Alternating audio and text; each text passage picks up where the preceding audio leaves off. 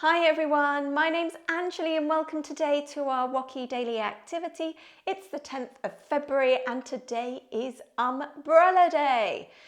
So, umbrellas have been around for over 4,000 years. There is evidence, there are pictures, there are all kinds of ways in which we know that in the Middle East, in Egypt, in Greece, in China, people were using some form of umbrellas way back 4,000 years ago.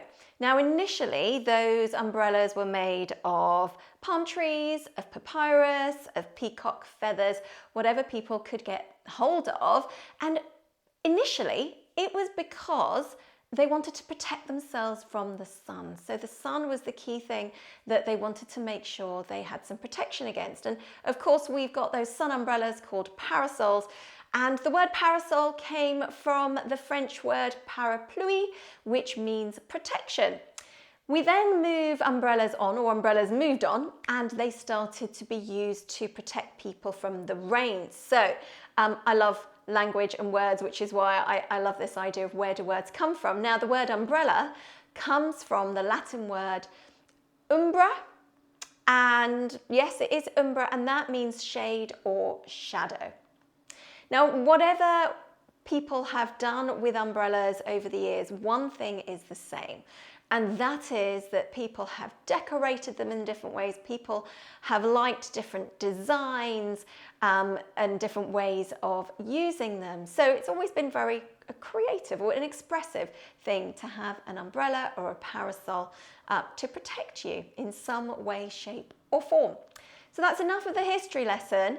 The key thing that I want to share with you today is I've been inspired by umbrellas, and so I want to share with you some yoga that's all about bending our back. So some gentle back bends to create that curved shape of an umbrella. Now what this is doing is curving our spines, it is strengthening and moving our bones, our muscles, our joints, and this helps to keep us flexible so that we can move easily and we can have really healthy backs and bodies. Now, I suggest that you start with the initial versions of these gentle back bends I'm going to show you, as that's a bit of a warm-up, and then I'm going to move on to some slightly more challenging ones. So first of all, come and either sit or kneel on the floor. I'm going to start with sitting, and then I'm going to move up to kneeling. So sitting up nice and tall, put one hand down on the floor, lift up your other hand. In fact, put that hand just slightly behind you, and you're just going to use that hand to help anchor you. So you're sitting facing forward and you're just doing a gentle back bend, and you will feel a bit of a stretch along one side of your back, and you've got a little bit of a curve going on in your back too. So as with yoga, always really important to listen to your bodies, to respect them, to be kind. So just do what is comfortable for you. Breathe in as you lift your arm up. Breathe out as you bend backwards. Okay, you can look up your hand if it feels comfortable on your neck, and don't go too far. If it starts to feel uncomfortable, just come back. Even raising that hand is getting a really nice extra arch and curve to your back too. Okay, so that's the seated version of that back bend that I wanted to show you. We're then going to come up to kneeling if this feels comfortable. I know that kneeling isn't always comfortable for everyone on their knees, and sometimes sitting back on their heels can feel really uncomfortable too. If that is, go and get a blanket or a cushion, just pop it down in between your seat and your heels, and that can help take a little bit of pressure off. So you can try that to see if that's comfortable to begin with. And then we're going to do the same thing. So breathing in, breathe out, and you'll feel a much deeper back bend if you can do this kneeling pose as you go. Okay, you can take a couple of breaths here, and when you're ready, breathe in, up you come, and relax. And then we're going to come round and do the other side. Now, for those of you that have done any yoga, this might remind you a little bit of camel pose, and I guess it is a little bit like that. We're just moving up, but we're going to do some different types of back bends today.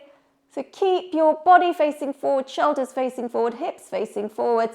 And I forgot to remind you to breathe in as you put your hand up, breathe out as you lean back into that back bend. You can look up at your hand or look straight, depends on how your neck and your throat are feeling for you today. Well done. And let's have a little bit of counter pose to that, just to help that back bend to relax. into your body, to absorb into your body without overstraining and going into the next movement, essentially without warming up your body. Okay, up we come. We're going to come to something a little bit more challenging, and we are going to do a dragon pose.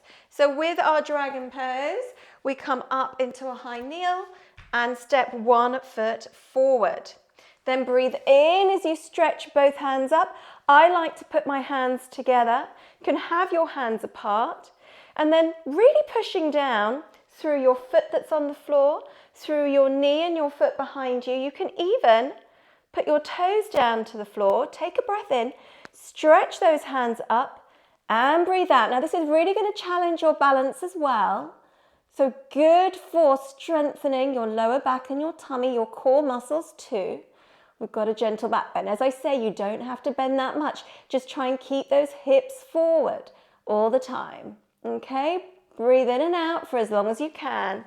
Breathe in as you bring your hands down, and just you might want to sit back on your heels and just shuffle from side to side. Give your knees a little bit of a massage before we move on to the other side. So breathe in as you come and sit up. Breathe out as you bring the other foot forward. So being strong tummy muscles as you breathe out and step forwards. I like to tuck my back toes under. Breathe in as you raise your arms up. Join your hands or not. And breathe out as you lean back as far as feels comfortable. It's okay to have a little bit of a bend in your elbows. Whatever feels right for you. You feel a nice stretch, front of your body. Lovely bend in the back. Good. Breathe in, breathe out. Nice and slowly come down. Release your feet, and we're going to come into that counter child's pose again. So hands can be at your side, palms turned up. You can rest your hands in front of you. You can make 1 fist or 2 fists with your hands, and you can also spread those knees apart and just relax down into this cat pose too, and even give your back a little bit of a sway where you are. It can really help ease and relax that body after that back bend. Okay, last version here for an extra challenge, and this is going to be a high lunge, crescent high lunge, crescent moon high lunge. Okay, so up we come. This time, I'd like you to put your hands to the floor and step 1 foot forward between your hands. So what you're looking for here is that your knees a little bit behind your hips. Then we're going to tuck the back foot down, and we're going to raise that back leg off the floor.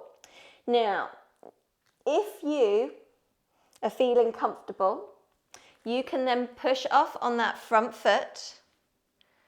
Now, if that starts to feel a little bit wobbly, you can also lower that back leg down to the ground. As we breathe in, we're going to stretch those arms up, turn our body to face forwards. Try not to let your body wiggle out to the side.